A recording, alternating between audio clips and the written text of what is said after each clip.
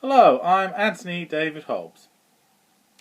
This review concerns Rocky 5. I was rather reluctant to do this one, because it's so awful. I don't like it at all. A lot of the fans don't like number 5 at all. It's a terrible Rocky movie, yeah. But then I thought, come on, you've reviewed Rocky 1, 2, 3 and 4. You may as well finish what you've started, yeah. So I'll start at the beginning. Is Rocky 5 as bad as its terrible reputation? Well, the simple answer is yes. It is an awful film. And spoiler alert here, at no point does Rocky fight in the ring. Basically, there's no epic boxing match in the ring, no. And so you're really disappointed in that. That's what makes Rocky films great. Yeah, that's what the previous Rocky films, there's a goal, a motive, something specific that Rocky has to do, and then a big climax at the end. Rocky doesn't really have a specific goal in this one. He doesn't know what to do, he doesn't know where he's going, and there's no satisfying climax at the end at all. So yes, it's a bit of a mess, yeah. Okay, Rocky 5, basically, the appeal of the first Rocky film was rags to riches. Yes, a poor man, an underdog, getting a lucky break, yeah. In this one, it's the other way around. It's riches to rags. Yes, he's a multi-millionaire and becomes incredibly poor, becomes penniless, and that's at the beginning of the film. So, yeah, that's really bad, that's awful. It sort of negates what the Rocky franchise is all about. Instead of this feeling of optimism and determination, everyone can become a winner, instead we see a hero fall. Yeah, so it's really sad, really depressing. Yeah, Rocky becomes really poor.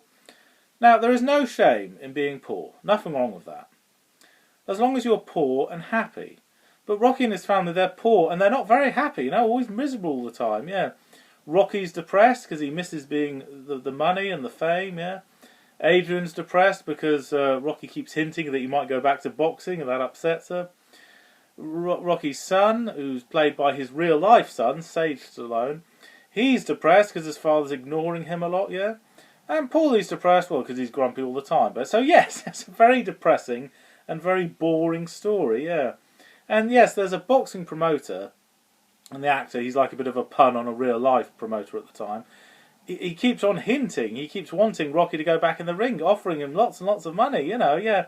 So we, the audience, we think it's going to happen, but it never does. It never does. You get worked up thinking there's going to be an epic boxing match, but there never is. So that's really disappointing, yeah. And, well, basically, how did Rocky get bankrupt in the first place? Well, this is what happens. Paulie, a character I've never particularly liked, he gets some sort of accountant to buy, in Rocky's name, all this money, to buy lots of stocks and shares, to make lots of more money, like an investment. But of course, the opposite happens. Instead of making lots of money, they owe other companies loads of money and consequently go penniless. And at no point does Rocky or Adrian tell Paulie off. I know Rocky's quite a tolerant person, but come on, he's bankrupted you, all that years of hard work, and he's ruined everything for you. I think I'd give Paulie a right good roasting. Yes, I'd be utterly infuriated at him. That Rocky and Adrian are penniless, and consequently Paulie is penniless as well, because he lives with them. Yeah, he's ruined everything. And at no point in the film does Paulie apologise. No, he just says, I thought I was doing us a favour, I thought I was doing the right thing. Oh dear, that's awful, yeah. And I think Sylvester Stallone, the reason he made them poor again was trying to recapture the magic of the original Rocky films. He goes back living in Philadelphia, the place where he lived before, on the streets, yes. Adrian goes back to her pet store job, but no, it doesn't work this way round. No, it's too depressing. There's nothing to look forward to. It's just all downhill from here. There's no optimism at all. Rocky 5 has kind of missed the point of the Rocky franchise, yeah. And I suppose I have to say it, Rocky is offered the chance to do some commercials. And he says, no, forget about it. I'm a fighter, it's what I do for a living. Commercials are beneath me. You're penniless, you badly need money. And also, if adverts are beneath him, why did Rocky do lots of commercials in Rocky 3? He didn't need the money and did lots of commercials, yeah. This time round, he does need money badly, and he won't do any commercials. He says it's undignified. Well, that's ridiculous. I know Rocky's stupid, but I would have thought stupid within reason. You can get paid like $100 grand to do just one advert. If you do lots of adverts, you could become a millionaire again. In fact, I'll be honest, that would have made a good ending. Yeah, he gets the money back by doing commercials, yeah. But I don't know, Sylvester thought, let's show the audience what happens when a hero falls, you know. And he does train a new up-and-coming boxer called Tommy Gunn, trains him to be a boxer, and he's successful, yes. With Rocky's help, he makes Tommy Gunn a really successful boxer. This is what I thought would happen when I first saw the film. I thought, okay, not a bad idea. He trained somebody else to be a boxer. He's successful. But in addition to that, Rocky should fight in an epic boxing match in the ring. But it doesn't happen, no. So that's disappointing, yeah. And okay, spoiler alert, what does eventually happen when there's barely any of the film left? Although they started as friends, Tommy Gunn and Rocky Balboa have a falling out, yes, because Tommy Gunn gets in with this sleazy boxing company to make more money and stuff, and he abandons Rocky, leaves him. And then, yes, they have a big argument, and they have a fight. A street fight. Not in the boxing match, no, on the street. And beat the heck out of each other. Which I suppose is kind of symbolic. That's how boxing originated, you know, a street fight. You know, the best way to solve an argument is to have a fight. And people love watching a street fight. They love watching two men beat the heck out of each other. So, in a way, that was sort of symbolic. Finally, we get to see Rocky fight. But it's too little, too late. You know, they've left it much too long, yeah. And, wait a minute. If Rocky was capable of beating this champion boxer, why does he refuse to go back in the ring then? You make a lot more money that way, yeah. But, yes, and he did promise Adrian that he wouldn't fight in the ring anymore. He didn't say anything about street fighting, though. He didn't promise he wouldn't do that. Oh, well, that's worse, isn't it? A street fight, yeah. And then finally, Rocky wins, but beats the guy up, and then the promoter says, "If you hit me, I'll sue you."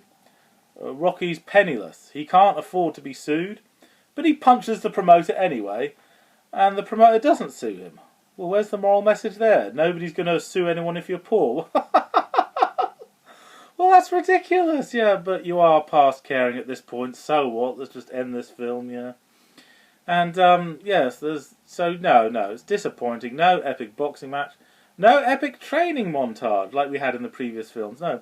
Do we see Rocky run up the stairs in Philadelphia? No, we see him walk up the stairs very slowly. Well, no, that's rubbish. That's like the film's making fun of you, yeah.